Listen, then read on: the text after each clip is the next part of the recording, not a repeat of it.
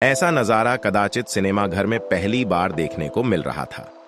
शाहरुख खान की बहुप्रतीक्षित फिल्म जवान गुरुवार 7 सितंबर को रिलीज हो गई है। पहला शो अल सुबह 6 बजे का था और सुबह का ये शो भी हाउसफुल था। फिल्म को लेकर एसआरके के फैंस का पागलपन अपने 7वें आसमान पर है। फिल्म की शुरुआत में शाहरुख की एंट्री पर ऑडियंस क्रेजी होकर चीखने चिल्लाने लगी, सीटियों और तालियों की बौछार हो गई। फिल्म खत्म होने के बाद लोग नाच गाकर इसका जश्न मना रहे थे। कहीं ढोल नगाड़ों के साथ फिल्म की रिलीज को सेलिब्रेट किया जा रहा है, तो कहीं जन्माष्टमी के अवसर पर उनके कटआउट को दूध से नहलाया जा रहा है। 35 करोड़ की बम्पर एडवांस बुकिंग के साथ जवान रिलीज हुई है और इसका असर सिनेमाघर के अंदर और बाहर साफ दिखता है। जवान की कहानी की बात करें तो जवान के प्लॉट में कई परतें हैं। फिल्म की शुरुआत मुंबई मेट्रो के हाईजैक से होती है, जहां आजाद शाहरुख खान वेश बदलकर अपनी girl gang Lakshmi, Priyamani, Iram, Sanya Malhotra, Helena, Sanjeeta Bhattacharya, Aaliya Qureshi, Lahar Khan के साथ मिलकर यह काम करता है। इस गर्ल गैंग की सभी लड्डी डीडीएचकियों का एक दर्दनाक अतीत है, जिसके कारण वे आजाद का साथ देने को राजी होती हैं। शुरू में विलेन दिखने वाला आजाद असल में रॉबिन हुड है, जो काली करतूतें करने वाले सफेद पोश बिजनेसमैन काली गायकवाड़ डीडीएच विजय सेतुपति से फिरौती की एक मोटी रकम लेता है और उसे कर्ज में डूबे उन किसानों के बैंक अकाउंट में जमा करा देता है।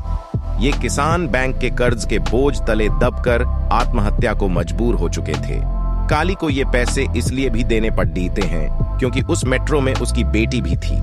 सिस्टम के मारी लाचार और पिड्ढित आम जनता का मसीहा आजाद यहीं तक नहीं रुकता। वह अपनी जांबाज लड्ढाकियों की टोली के साथ हेल्थ मिनिस्टर को अगवा करके सरकारी अस्पतालों में चल रहे करप्शन और दुर्दशा का भंडाफोड़ डीडीएच करता है और महज 5 घंटों में उसे सुधरवाता भी है। आजाद की असलियत का पता लगाकर उसे गिरफ्तार करने के लिए पुलिस चीफ नर्मदा नयनतारा को अपॉइंट किया जाता है। नर्मदा जिस आजाद को पकड़ डीडी आनने के लिए जी जान लगा रही है, वही उससे शादी करके उसकी बेटी को अपनाने की पहल करता है। ऐन शादी के दिन नर्मदा को आजाद की असलियत पता चलती है। आजाद की अपनी बैक स्टोरी है। वह सेना में स्पेशल टास्क की जिम्मेदारी निभाने वाले बहादुर देशभक्त विक्रम राठौर डीडीएच का बेटा है। शाहरुख खान 30 साल पहले जब विक्रम ने एक मिशन के दौरान बिजनेसमैन काली के वेपन घोटाले की पोल खोली थी, तब काली विक्रम को देशद्रोही साबित करके मौत के घाट उतार देता है। विक्रम की पत्नी ऐश्वर्या दीपिका पादुकोण को फांसी की सजा दी जाती है, मगर विक्रम मौत के मुंह से बच तो जाता है। उसकी याददाश्त जा चुकी है। ऐश्वर्या अपने 5 साल के बेटे आजाद को मरते समय बता देती है कि उसका पिता विक्रम देशद्रोही नहीं बल्कि देशभक्त था। आजाद को उसकी मुंह बोली मां रिद्धि डोगरा पाल पोसकर बड़ा करती है और उसे भीलवाड़ा जेल का जेलर बनाती है। क्या आजाद अपने पिता को 30 साल बाद देशभक्त साबित करके अपनी मां की मौत का बदला ले पाएगा? क्या विक्रम की याददाश्त वापस आ पाएगी? क्या आजाद रॉबिन हुड बनकर गरीब और सिस्टम की मार झेलने वालों की मदद जारी रखेगा? इन सारे सवालों के जवाब आपको फिल्म में मिलेंगे।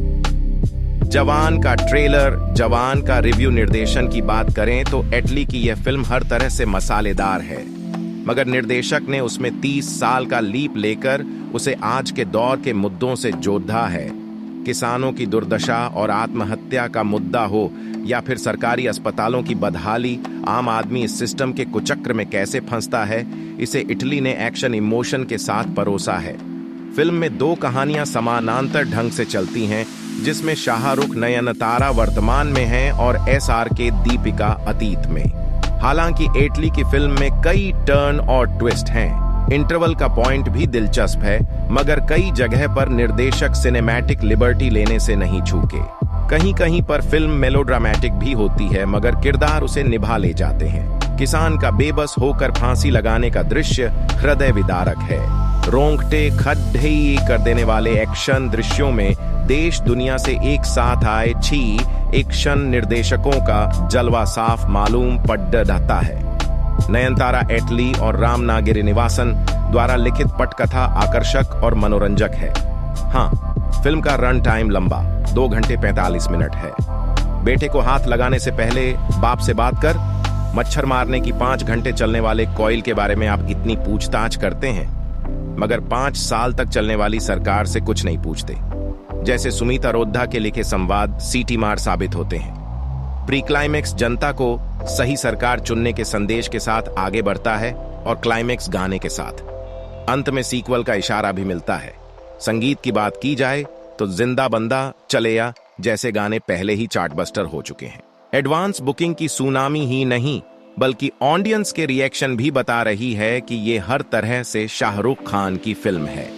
पिता पुत्र के डबल रोल में SRK पूरी फिल्म में छाए हुए हैं। शाहरुख एक समर्थ अभिनेता तो हैं ही, मगर इस बार उनके लुक्स, कॉस्ट्यूम और बॉडी लैंग्वेज की भी कई अंदाज हैं जिन्हें वे कमाल ढंग से निभाते हैं और दर्शकों को मंत्रमुग्ध करते चले जाते हैं।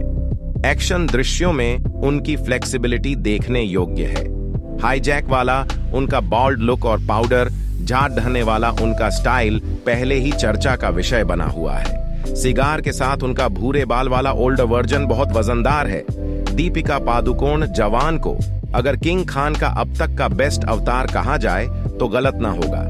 एक्शन हीरोइन के रूप में नयनतारा पूरी चपलता और स्वैग के साथ प्रस्तुत होती हैं। हालांकि शाहरुख संग केमिस्ट्री के मामले में दीपिका पादुकोण बाजी मार ले जाती है। विलेन काली के रूप में विजय सेतुपति जितने निर्मम और खूंखार नजर आते हैं उतने ही फनी भी लगते हैं। वे लगातार विलेन और हीरो की लल डांट ढाई को जारी रखते हैं। स्पेशल अपीयरेंस में ऐश्वर्या की भूमिका में दीपिका पादुकोण फिल्म में 4 चांद लगा देती है। वहीं सान्या मल्होत्रा और प्रियमणि अपनी छोटी छोटी भूमिकाओं में भी छाप छोड़ने में कामयाब रहती हैं। एजाज खान, सुनील ग्रोवर, रिद्धि डिगरा जमे हैं। गर्ल गैंग के रूप में सपोर्टिंग कास्ट भी अच्छी है। क्यों देखें? शाहरुख खान के बेस्ट अवतार और मनोरंजन के साथ मुद्दों के शौकीन हैं तो ये फिल्म जरूर देखें।